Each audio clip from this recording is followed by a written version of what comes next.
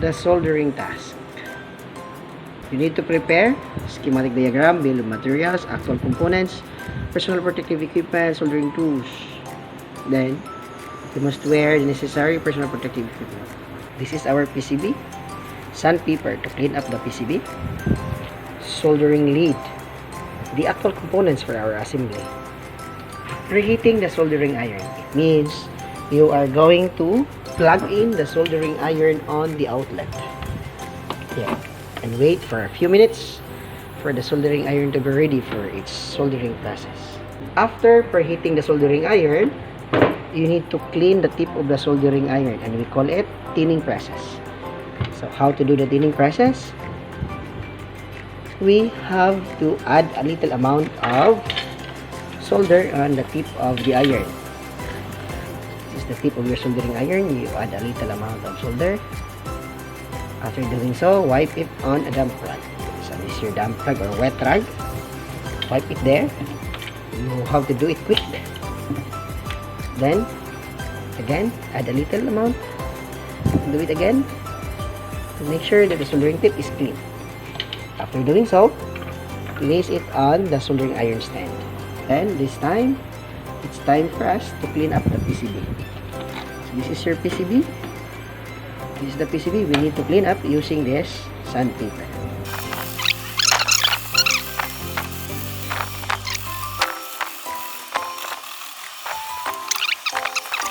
Our PCB is now very clean.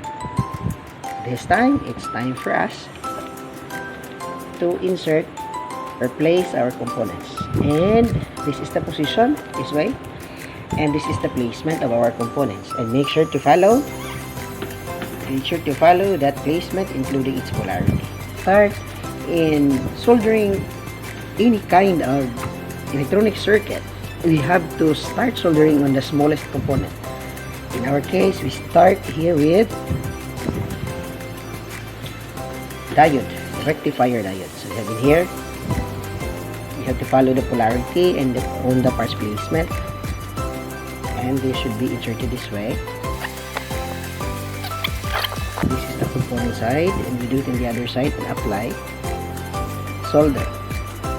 So it's up here.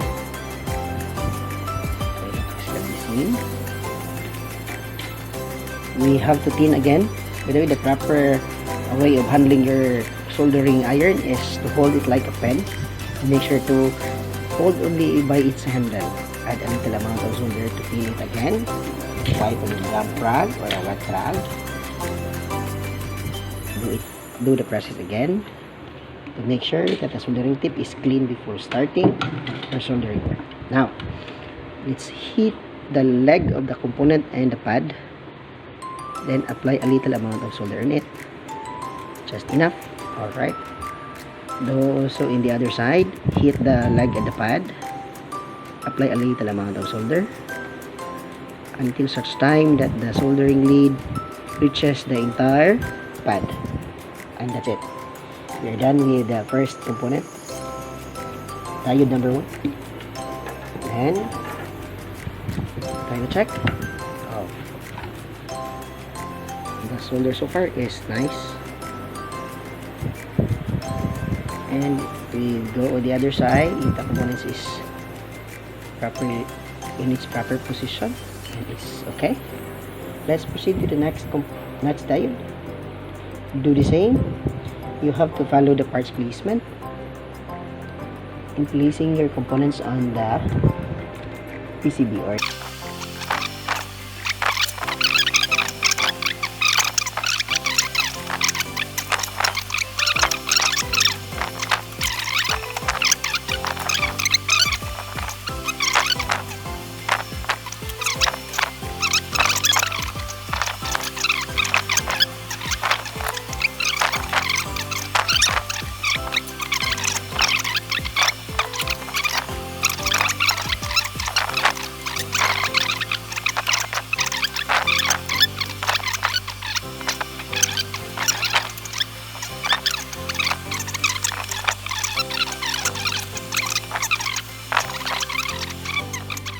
this time we are going to insert the voltage regulator. We have here the first one is on top, based on the parts placement, is 7805, which must give us the output of more or less 5 volts. Okay. There are 3 legs, so we have to attach first the first leg.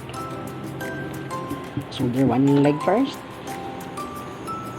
Hit the leg and the pad, apply a little amount of solder very quickly, and that's it. After doing so, check its alignment, its position to the other side, if it's okay. As you can see, its position is okay, so we can go solder on the other leg. Okay. Hit the leg and the pad, add a little amount of solder very quickly. The same at the center, and that's it. Now let's proceed to the next voltage regulator, the 78.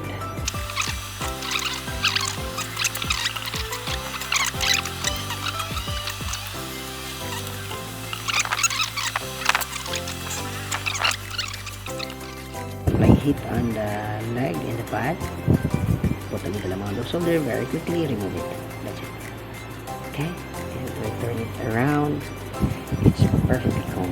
The other side as well. Apply a little solder in it, and that's it. It's now done. As you can see, the soldering